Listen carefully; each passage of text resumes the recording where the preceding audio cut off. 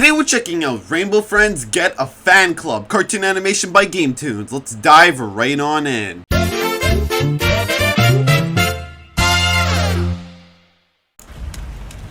Hey guys, this is Zach Taggart with Ghoulie Hunters, and we have just made our way into the Rainbow Friends play place. And let me tell you, this place is spooky. Abandoned long ago, there have been rumors of a paranormal presence within these halls. And believe me, if there is one, we're gonna find it. Oh boy.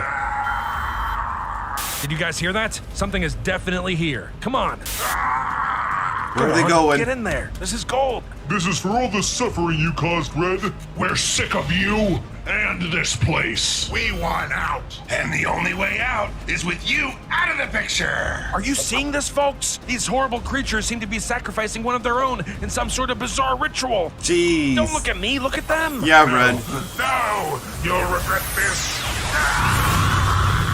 They just got rid of Red. It's over. Not quite.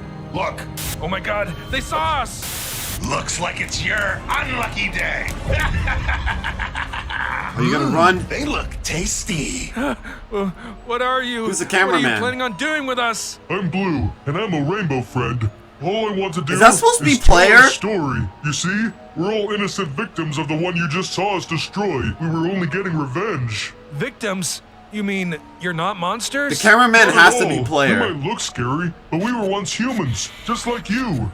You see, it all started when we were drawn to this place through false promises, lies, and deception. As The only- Blue talked to the camera crew, I could hardly believe what was happening. Our story was actually going to be told. And what's more, I started to think we were finally free of this place for good. If only it were that easy. Blue went on to explain then and there in front of everyone how exactly each of us was tricked into coming to this place. He talked about his phony job offer and the resulting crash, and how he was dragged to the play place and turned into Blue. And then he spoke of Green, the bullies that tormented him, and eventually how Red tricked him into coming with the promise of fixing his eyesight. Next, he spoke of Purple, of his tragic upbringing, how he was guilted into one more theft, and how he paid the ultimate price for it. Lastly, he turned to me and explained to the whole world about who I used to be, reduced to the pitiful creature they see now. He used to be He fat, but spoke now... of Yellow and Ducky, everything we were, everything we are now, all aired out like dirty laundry. And soon, the entire world will know the true story of the Rainbow Friends. But what happened next, I would have never guessed. We left the play place behind with the camera crew, and we did so peacefully. We were finally free of that place, for good,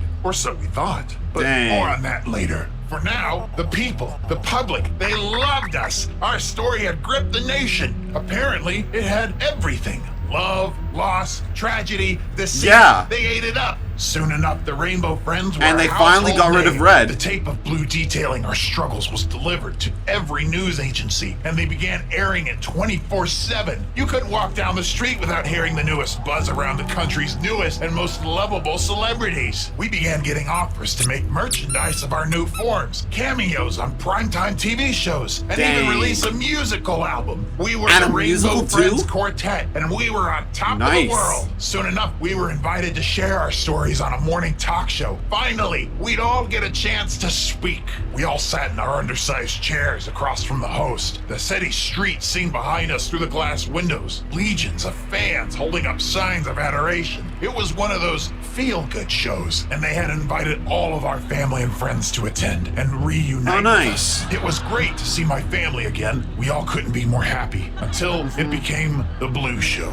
Every time the host asked a question, Blue would jump right in to answer it. The rest of us hardly got a word in. Everyone began to associate us as Blue and the Rainbow Friends, as if he was above us, or some sort of leader. Chants of "We love you, Blue, and you're an inspiration, Blue," were heard from the crowd. It shouldn't have bothered me. What about green? What about orange? What about purple? Same as him, so why should he get all the fame and glory? My thoughts didn't mean much, because even Blue started to buy into his own fame. He was constantly surrounded by a group of adoring fans, much to the annoyance of the rest of us. He started wearing sunglasses and leather jackets to maintain his bad boy persona. He even started recording solo albums. Feeling Blue. He no longer or seemed all I'm Blue, dabba dee dabba die. We'd get into arguments often, until one day he snapped. He told us that he was a rainbow friend no longer, and that he was above the rest of us and would make his own way in the world. Fine. Just said being in response, self-entitled. but deep down,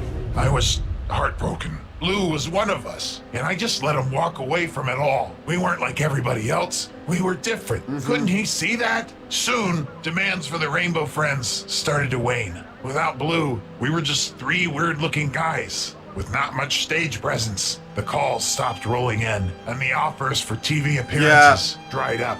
We were at rock bottom. Blue, on the other hand, was soaring higher than ever. He had his own sitcom launch and even got a role in one of those big-budget superhero movies. I didn't envy the yellow spandex, but I would be lying if I said I wasn't jealous for the attention. People used to love me for my ability to eat. It was a big deal. The biggest guy in the room. Now, I'm just one of an assortment of freaks, and even then, my star was falling fast. I knew that I needed to bring Blue back into the fold for me to be in the spotlight again. So, I orchestrated a bit of a trick. I managed to convince one of the big shows that we were going to do a genuine reunion of the Rainbow Friends live on air. People love a good reunion after all. The network executives ate it up. They only had one condition. Roblox. Blue had to be there. I told them that of course he'd be there. He orchestrated it. In truth, I just tricked Blue into coming under the false pretense of a big meeting for a multi-picture movie deal. When he got to the studio and saw the three of us and a large audience waiting in anticipation, he wasn't very happy. Nevertheless, he was still a professional, and the audience still loved him. So he sat and begrudgingly played along. Everything was going great until all of a sudden it wasn't. I don't know what started it exactly. Stop! Before we watch the ending, did you know that less than 15% of you are subscribed to the channel? That's crazy. I know, player. Do yourselves a favor and hit that subscribe button so you never miss out on more awesome Rainbow Friends content. All right, back to the video.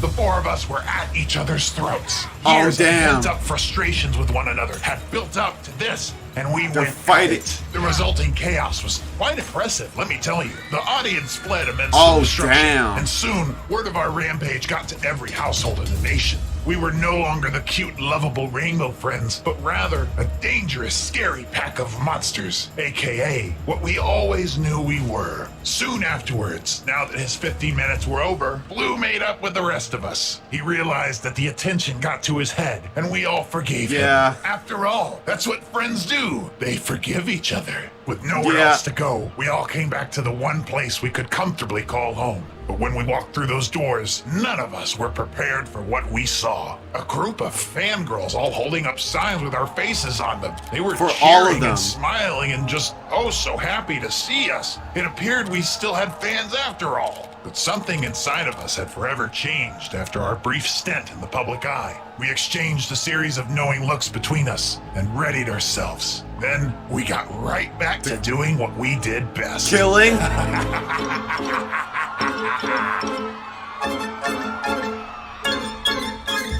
Yeah, I was right. Killing.